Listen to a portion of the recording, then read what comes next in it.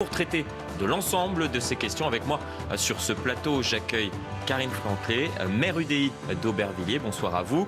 William T à vos côtés, président du think tank Le Millénaire. François Bersani, porte-parole unité SGP Police Île-de-France. Et Bruno Fuchs, bonsoir à vous, député Modem du Haut-Rhin. François Bersani, il faut la plus grande fermeté à l'égard de ces individus.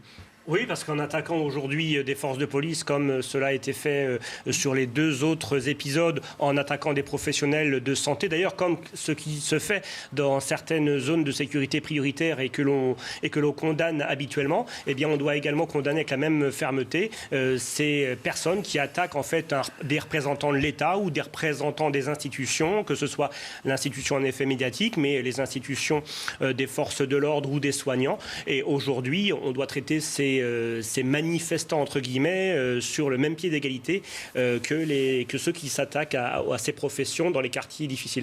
Il faudrait sécuriser dorénavant ces lieux durant le déroulé de ces manifestations contre l'élargissement du pass sanitaire, puisqu'ils protestaient, on l'imagine, contre cet élargissement du pass sanitaire qui intègre la réalisation de tests antigéniques ou RT-PCR. La difficulté, Florian, c'est que ces manifestations, enfin ces cortèges ou ces manifestations n'étaient pas toutes déclarées.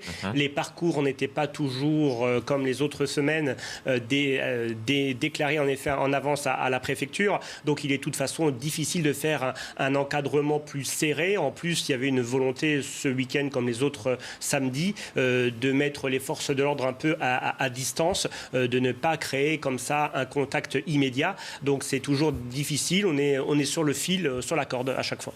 François Bersani, il y a une volonté d'intimidation de la part de certains manifestants à l'égard des forces de l'ordre dans ces manifestations ?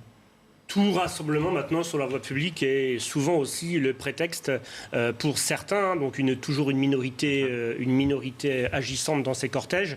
Ils ne sont pas forcément venus d'ailleurs pour porter des combats et sanitaires et politiques. Ils savent qu'ils vont se retrouver face à des forces de l'ordre et viennent aussi d'ailleurs pour casser ou pour s'opposer aux forces de l'ordre.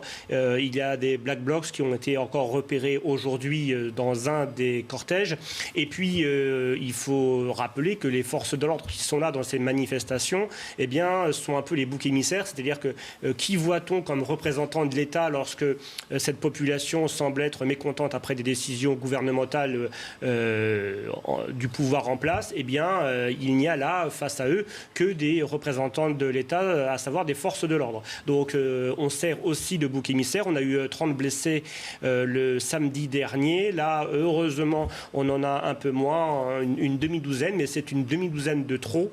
Et puis, je rappelle à tous ces gens qui, en effet, font preuve d'un peu d'égoïsme, c'est que pendant ces grandes vacances de juillet-août, on a besoin des forces de l'ordre sur le bord de route pour sécuriser les départs en vacances. On a besoin de ces CRS aussi en renfort saisonnier dans les villes balnéaires. On a besoin de la police pour sécuriser aussi l'arrivée des touristes. Et on n'a vraiment pas besoin d'user physiquement des forces de l'ordre tous les samedis. Alors on est certes sur 200 000 manifestants, mais aujourd'hui c'était 3 000 policiers qui étaient mobilisés. Alors nous on ne peut pas choisir les bonnes causes et les mauvaises causes sur les manifestations, mais on en appelle, alors on a beaucoup parlé de fraternité, de solidarité, nous en appelons en effet à tous ces manifestants. D'abord derrière les forces de l'ordre que vous bousculez, il y a des pères de famille, il y a des gens qui vont partir en vacances ou qui en reviennent et qui étaient pleins de bonne volonté. Et puis aussi ces gens-là, ces forces de l'ordre qui sont mobilisées depuis 6 heures ce matin et jusqu'à tard ce soir, eh bien c'est des policiers qui ne sont pas sur la sécurité du quotidien et qui ont une charge missionnelle supplémentaire et qui les épuisent. François Bersani, est-ce que sur le terrain, vous ressentez cette radicalité qui était évoquée à l'instant par William T ? Oui, une nouvelle fois, les forces de l'ordre vont être en première ligne face à une colère. Une colère, alors là on est sur une colère en effet de 200 000 personnes qui manifestent. L'augmentation est légère de semaine en semaine. Mais encore une fois, on met les forces de l'ordre dans une position un peu de bouc émissaire puisqu'ils se retrouvent toujours face à cette population en colère. Et puis pour le parallèle que je vais faire vaut ce qu'il vaut, mais je voudrais rappeler rappeler aux plus jeunes, de ceux qu'on entend dans les cortèges parler de loi liberticide ou de privation de liberté.